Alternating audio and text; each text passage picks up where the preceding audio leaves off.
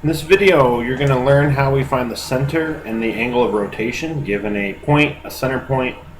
We're finding the center of rotation. So given a pre-image and a rotated image, we could use our geometry skills to find out the center of rotation. And once we know where the center is, we have the pre-image, we already have the image, we could find out how far it actually rotated. Okay, so how do we do that? How do we find the center of rotation? We first have to realize how we label rotations. So I'm going to take point A, and it's going to rotate around some center point B some degree, right? This is my alpha. This is a variable. We don't know how far this is. A rotated alpha degrees to get to A prime around B, right? So if I move the slider, I got rid of the values here. We don't really know, right? This looks like it could be maybe 90 degrees. This is close to a 90-degree rotation. But that's how we describe rotations anyways. We have to say the point that's rotating is rotating around the center, so B, however far it actually went. So A is rotating around B, say 90 degrees counterclockwise, if this is the way that if that was truly 90 degrees. But we're gonna find out how we actually do that. Okay.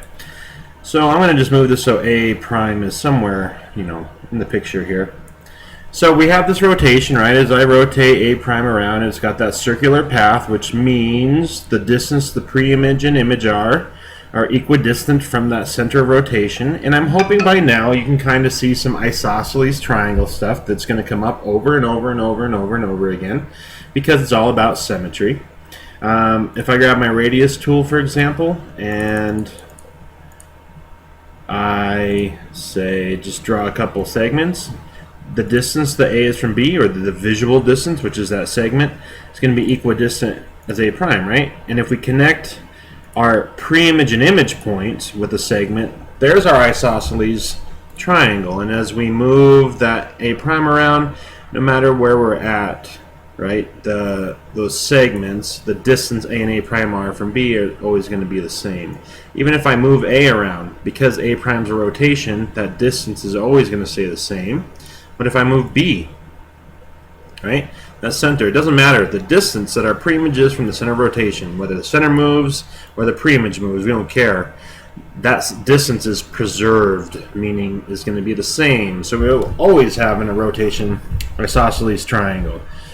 Now, to connect the reflection thing, we had our line of reflection, right, which would be the perpendicular bisector of this segment. That's our line of reflection. And in an isosceles triangle, we know that this point, the center of rotation, which we call the vertex point of an isosceles triangle, these are what we call, these are base angles. We'll get to that stuff later. Anyways, I lost my train of thought here. Oh, with reflections. If we do that line of reflection in here, it would be perpendicular and it would bisect, cut this segment right in half, and that line would actually contain our point B, right? So let's actually do that. At this point, because we have GeoGebra, let's use the construction tools. If you're going to do this by hand, which you will, you're going to need to use your construction tools by hand, which are compass and straight edge. So I'll show you how we do that in a second. But right now, I'm just going to grab in my construction toolbox here in GeoGebra. I'm going to grab my perpendicular bisector tool, and I'm going to perpendicularly bisect the segment that connects my pre-image and image points. So when I click on that, it automatically just makes it for me. So notice we have bisect, perpendicular means 90 degrees, and it contains a vertex, because that's a property of isosceles triangles. Okay? So notice, though, that this point here is the center of rotation. And all that we really find important here is not these segments, but really what's important is perpendicularly bisecting a segment that connects the pre-image and the image point. Okay? So this is an example here of the center of rotation. Now, does it have to be B? So I'm going to just put a point on this line and make a circle that goes out to the points here. Notice they're both collected because radii, right, equidistant. Now, as I move C around, does B have to be the center of rotation? Well, it doesn't look like it, right? Because if we get those segments back up, and actually those segments go from B to these, so I'm going to make our isosceles triangle here with the center of this circle. Now as I move it to B, there's that picture we had. There's one case. Now what if the center is over here? Could we not rotate A around this point? Now remember, the whole idea about rotations being equidistant from the center of rotation gives us this isosceles triangle, which is that perpendicular bisector theorem, right? That any point on the perpendicular bisector of a segment is going to be equidistant to those endpoints, which is a property of rotations as well. So here's an example of one, right? So if we just have points, we can find one example of a center of rotation. It's not the only, but it is one. So how do we find the center? If we have just points, all that we're going to do is make a segment between the 2 points, and we're going to perpendicularly bisect it, and any point on that perpendicular bisector will be a center of rotation, right? And then we'll make it a little bigger than points here. So let me show you. So what I'm going to do is grab my pen tool, and I'm in Smart Notebook here, and I'm going to just make a couple points. So let's say that's a point and that's a point that got rotated. Okay, so how do we find the center, right? If this point rotated some angle measure around some point, where's that center at, and how far did it go, right? So we can think about one as a pre-image point and the other as the rotated point. So all we have to do is use our straight edge tool, my segment tool, and I'm going to make a segment that connects our 2 points, and then we're going to perpendicularly bisect this thing. So to do that, let's just do our perpendicular bisector construction. Okay, so all that we need to do is center a circle at one of the endpoints. I'm not even going to go out to the other one. I don't even have to. As long as my radius, my circle is going to be more than half, so I'm going to make that. The trick to this construction, remember, is that congruent circles, right? Same radius. Okay, so our perpendicular bisector is going to be on these 2 intersection points. So from like here to here, right? Looks like reflections. There's a huge connection between symmetry, reflections, rotations, all that good stuff. So now if this was going to be a rotation, then all we need to do is put a point or center that's going to be somewhere on that perpendicular bisector, maybe here. I'll use that point. So that would actually be a center of a rotation that A, notice this distance, is going to be equal to this distance. That's a property of rotations, and it had to rotate some angle. Okay? So how do we find the angle of rotation? Well, let's visualize this triangle here. So we know that the distance this point is from our point on the perpendicular bisector is going to be the same as this distance, right? So isn't this then, right here, if we go from this side to this side, this is our angle of rotation, right? This vertex is at the center of rotation. So let's find out what that is. I'm going to grab my protractor, and let's measure this thing here. So I'm going to just put my protractor so one of these sides are on the 0 angle, okay? And since this side's on the 0 angle, I know that the angle is going to open up this way, okay? So if I look at this here, I made it so that this point that starts at 0 degrees rotated to this many degrees, or open up to 10, 20, all the way up to 80, not quite 90, looks like 86. We'll go with 86 degrees. Okay, so we know that this angle measure is 86 degrees. Now which direction?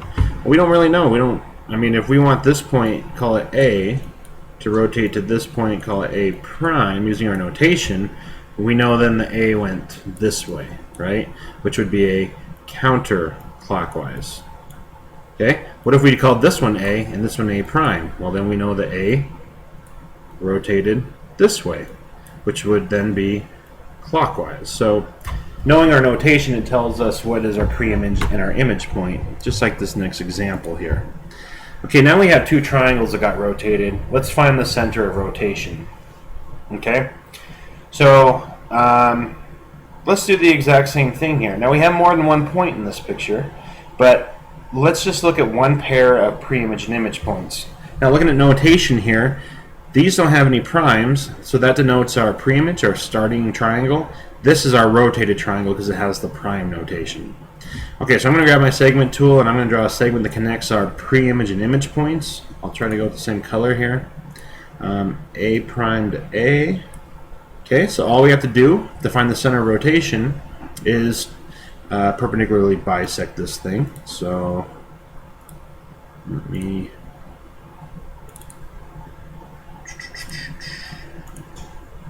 change the color here. Oops.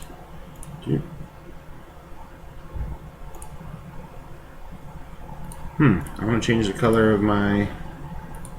Let me figure out green. Okay, there we go.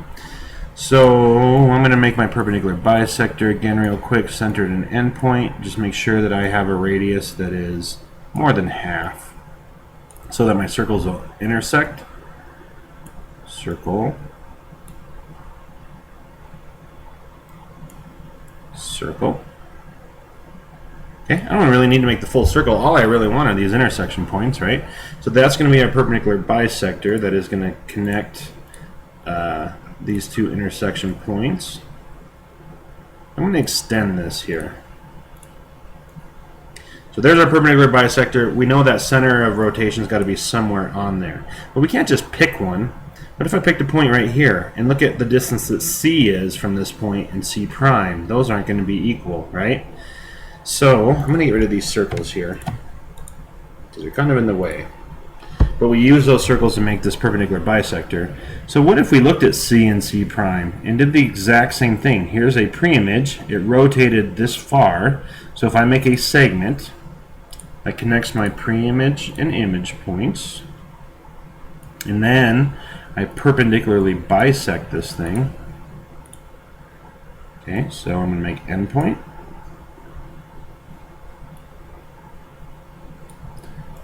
Make it a little wider here. Circle. Okay, I'm not even going to do a full circle. And then circle. All I care about is that point and really this other point, right? They're just parts of the circle. We don't really need the whole thing, but these are our reference points. So now when I connect those two intersection points, that's going to be our perpendicular bisector for that segment. And now notice the one point that's on both the green perpendicular bisector and the blue one is this point right here.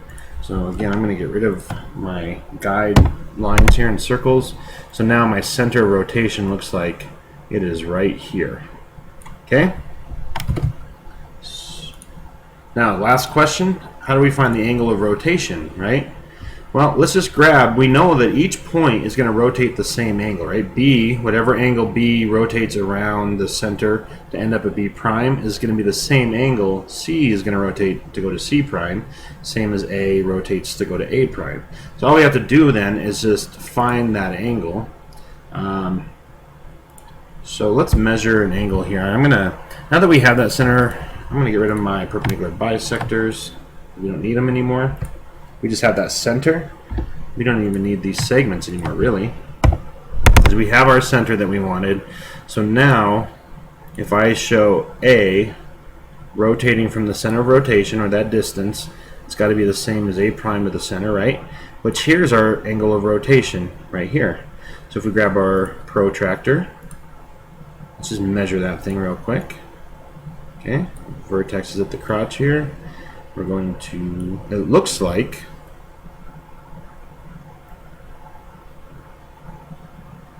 what do you guys think? 82? 82 degrees? So it looks like that this rotated 82, well that's a big pen, 82 degrees. Since A is here and A prime is here, A would have to rotate in a counterclockwise direction, right? So 82 degrees counterclockwise. Okay, so that's how we find the center of rotation and the angle of rotation. Angle of rotation is always going to go from a pre-image point, vertex is at that center of rotation, to the image point. That's where the angles are formed.